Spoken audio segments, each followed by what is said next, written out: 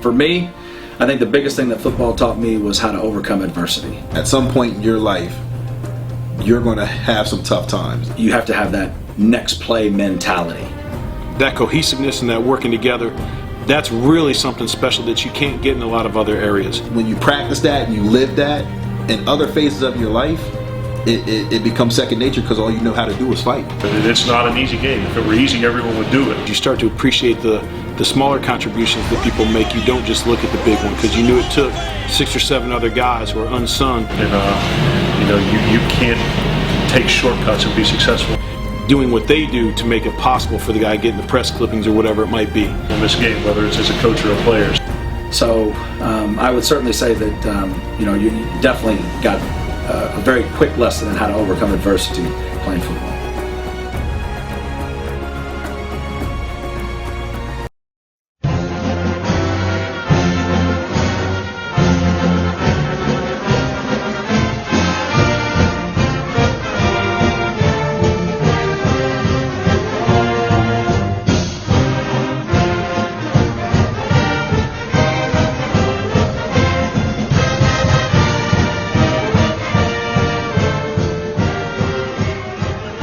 Welcome to another edition of Talking Ball with the Czar. I'm Emory Hunt, the Czar of the Playbook, here on the campus of Villanova University, home of the Wildcats, with new head football coach Mark Ferrante. Coach, appreciate you taking time. Great having you here. I'm glad to be here. I always love coming here, Coach, and you've been here long than normal. A long time, put it nicely. Your 30th year in coaching here at Villanova. Correct. I want to say 18th year as the associate head coach. You were named the successor in 2015. Right. And normally we don't see guys get groomed like that anymore and now ready to take over. How was that process for you? What did you learn, and what makes you equipped to take over this program? Right. Well, first of all, I owe everything to Coach Talley. Coach Talley coached me at St. Lawrence University way back when. We won't get into what years those were. But, then Coach and I were reunited in '87 when I came here. He had a position open here, so I came back as an assistant to reunite with Coach after playing for him, coaching with him for 1 year at St. Lawrence. And then I went to a couple other places. I went to Wagner College, Lafayette College, and then reunited with Coach, as I mentioned, in '87. So Coach Talley, along with my dad, are probably the two people that have been the most influential in me getting into this profession. And then, as you mentioned, about 18 seasons ago, Coach named me the associate head coach. So even though I was named his successor in January of 2015, and then we went through that whole year and this whole past season, Coach and I, it's been something we've talked about, and he's really been grooming me for longer than that. Coach has allowed me to do a lot of the head coaching responsibility things off the field, so on and so forth. So the transitional process and the grooming, if you will, as you already stated, is something that has been ongoing. I watch Coach, I see how he has done things. So for when I've gotten to this point here, he's taught me a tremendous amount. Now, you see a lot of coaches maybe would get impatient with the process, but you stayed the course, didn't get impatient, and now it has paid off. Do you think that's an element that you would like to preach to young coaches in the game? Hey, just stay patient, your time will come? The old adage, the grass isn't always greener somewhere else, I pretty much subscribe to that. I came up in the profession with a lot of friends that I've become acquaintances with over the other programs that I was with, or obviously people that have come here and spent time with us and then moved on to bigger and better things, or at times what they thought were bigger and better things. So what's kept me grounded is, yes, I did want to be a head coach, and that has come through. I'm thankful that I'm the head coach here. I probably could have moved on and gone to maybe a Division II or a Division III program if I pursued them a little more actively to become a head coach maybe earlier in my career. But this program, this campus, this university, this community has been a great stability for my wife and I, Georgia, and our son is a junior here now.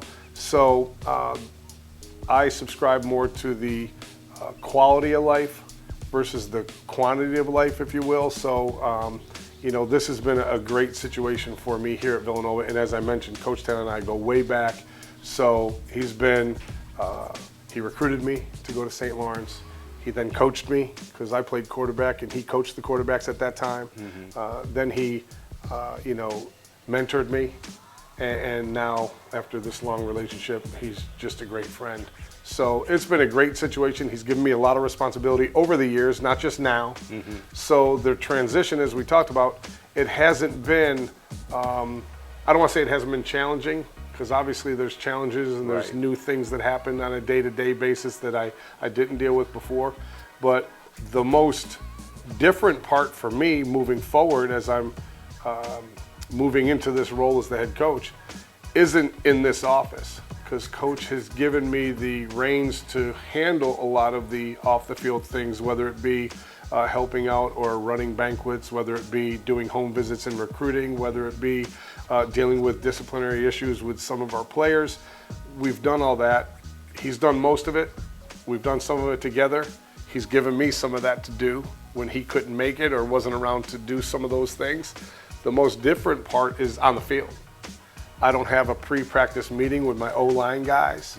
I don't have a position on the field where I'm coaching individual drills, and that's been the most, I don't want to say challenging, but that's been the weirdest part for me. I'm walking around, practices are going slower, but every day is going faster.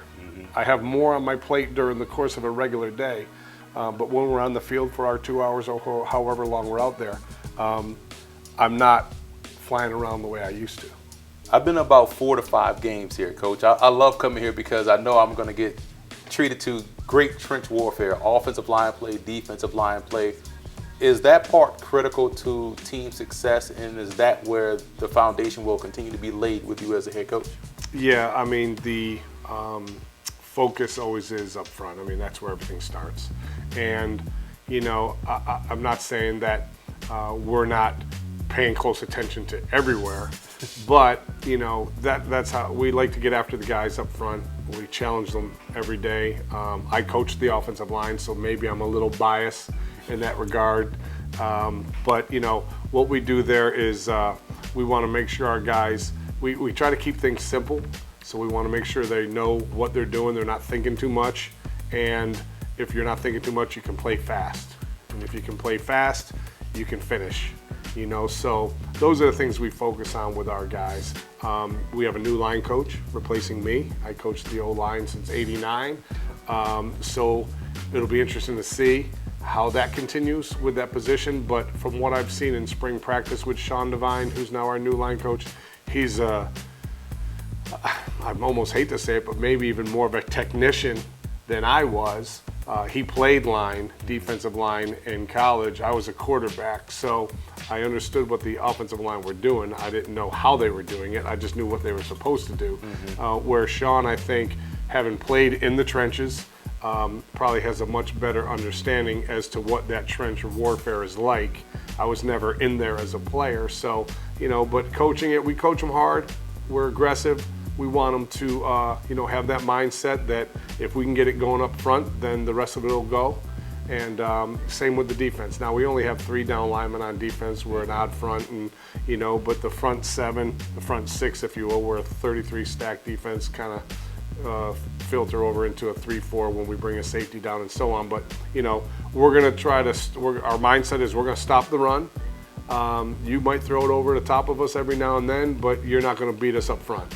And we've proven over time, our '09 national championship game is a prime example. I got a picture hanging on the wall over there.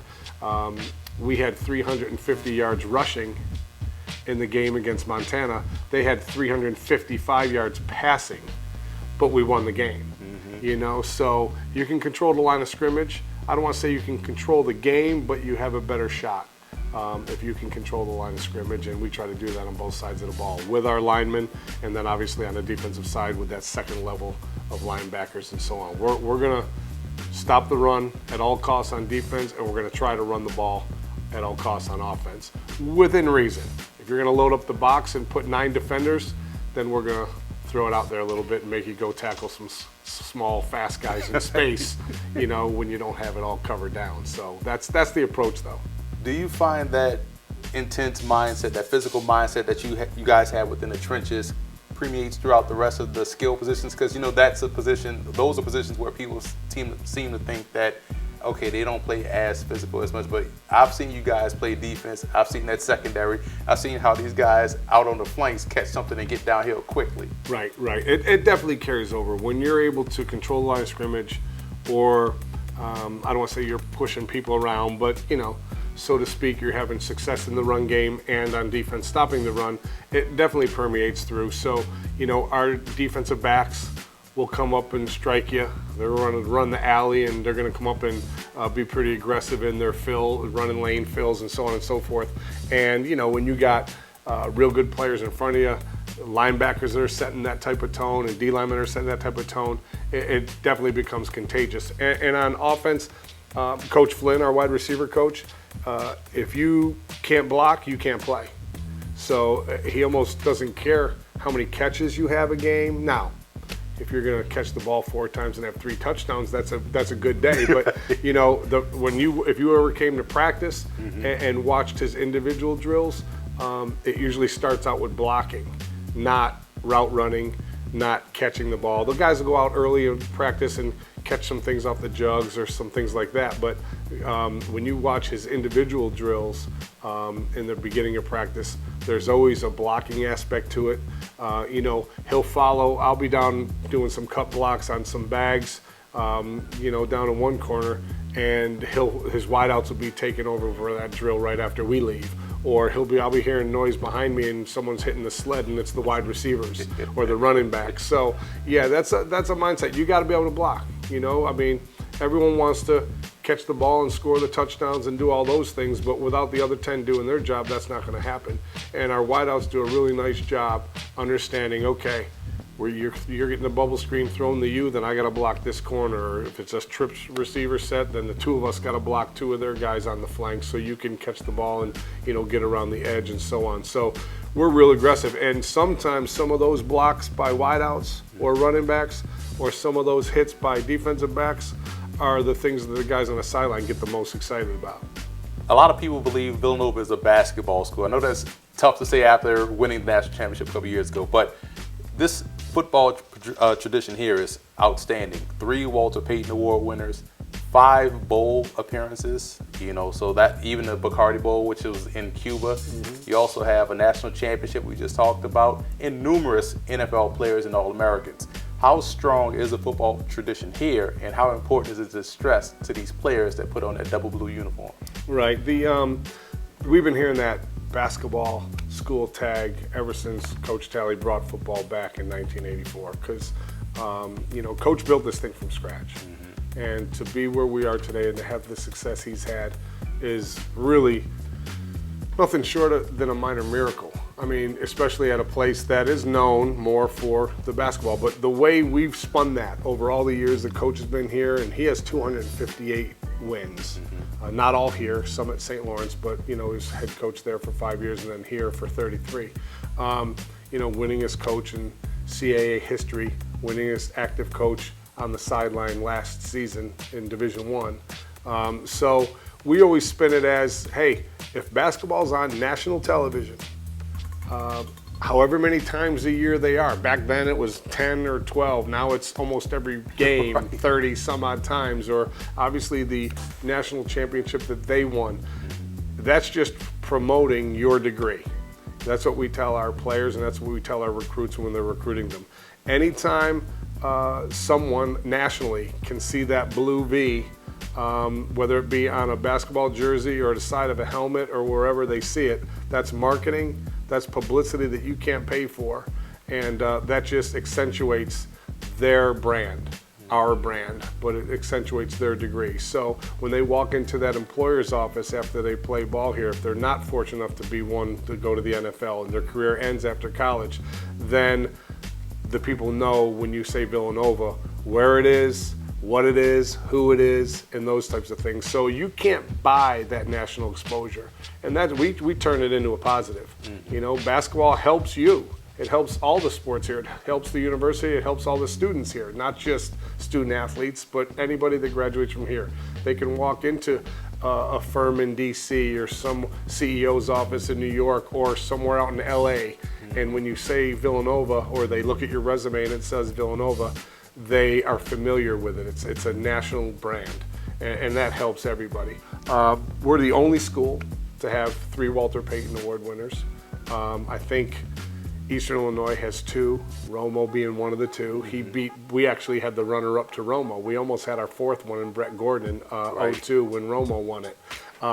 So, you know, being a basketball school, we have a national championship in 09.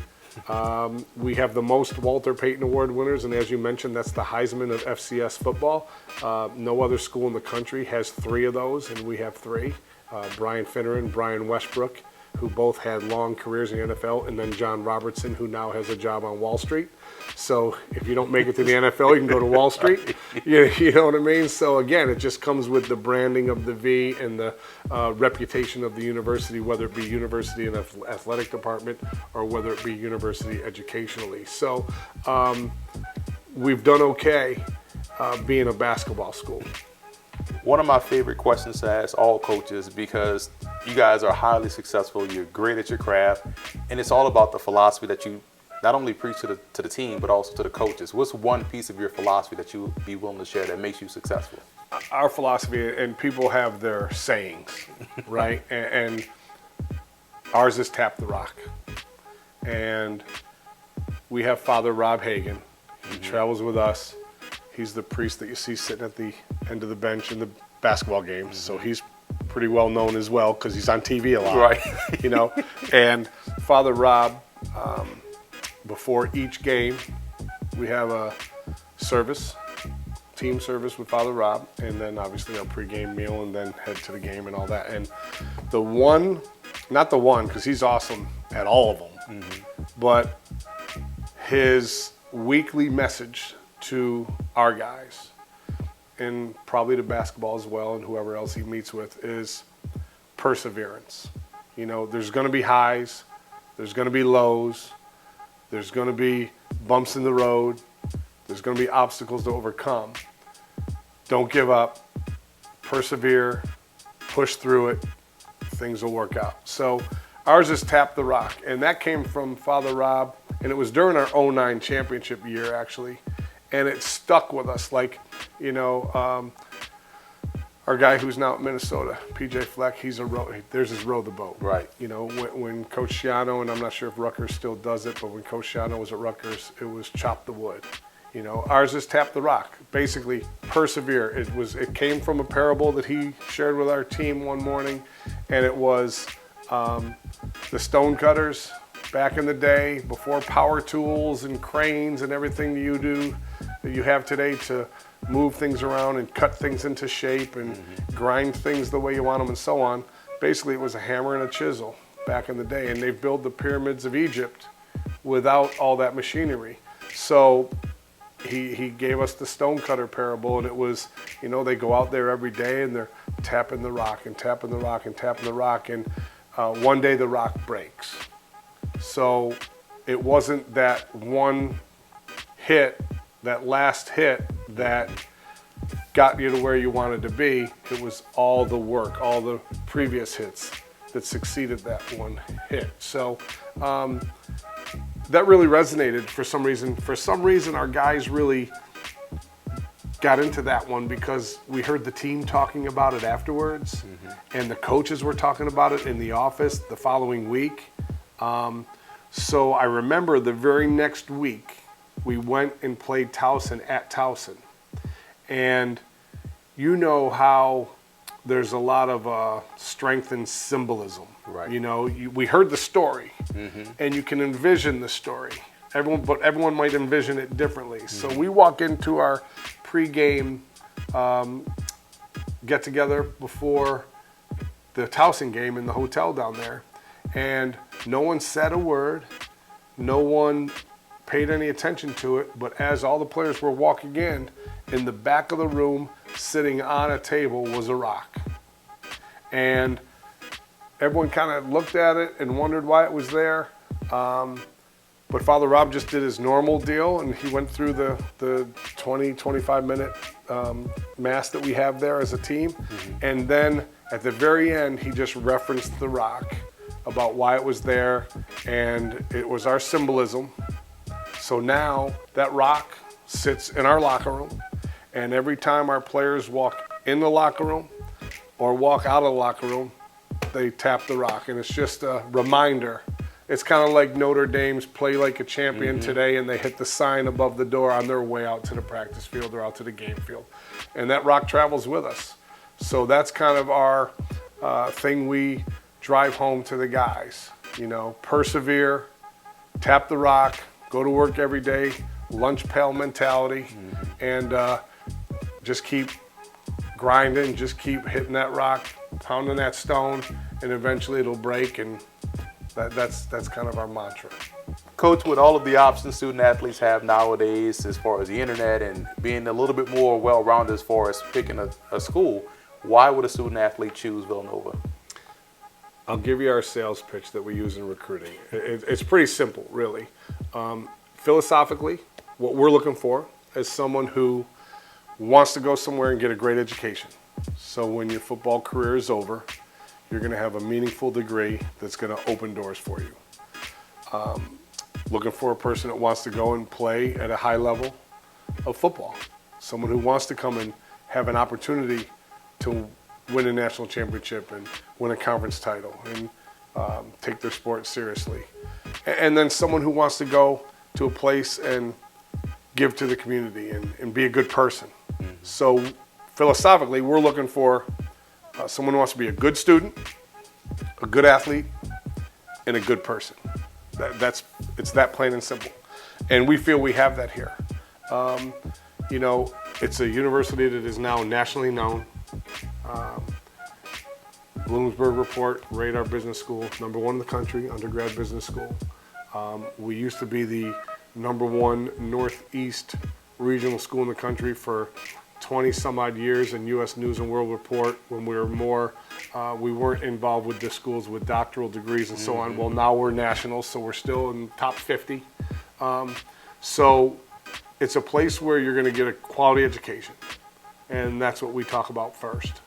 It's a place where you can go and have the opportunity to win a lot of games. Coach Talley won 258 of them in his head coaching career. And we do have a national championship, and we do have multiple conference championships, and we've been to 2 other semifinals. So, you know, if you're looking for that great mix of academics, athletics, football in this case, obviously, and we love our location. You know, we're not in the city of Philadelphia, but we're not isolated. The city's nearby. You have the advantages that a big city provides, but we're in a nice suburban, you know, neighborhood setting out here in the suburbs. You know, we're a medium-sized university, so if you don't want to go to the real large state school type place, but not so small that everyone knows what you're doing every time you turn around, we think we have a nice fit there. So those are the things we sell. Those are the things we preach. And, you know, once we get a student athlete and his family on campus, more often than not, they like what they see, you know. And so those are the things that we think, I don't want to say separate Villanova, because I'm sure there's others that could be similar, you know, location-wise or, you know, size of school and so on. But the thing that makes Villanova unique is the people that are here. And once we get a young man and his family on campus and they're able to meet the people that are on this campus and they get that sense of family, you know, we think that that's a really unique thing that we have here. And you see it in all facets of the people that work here. You know, I've been here 30 years. Jay Wright's back. He's been here, 17 now, I think. But we have every 5 years you get a staff recognition dinner, and mine was last week. Well, some people have been here 40 years. Some people have been here 45 years.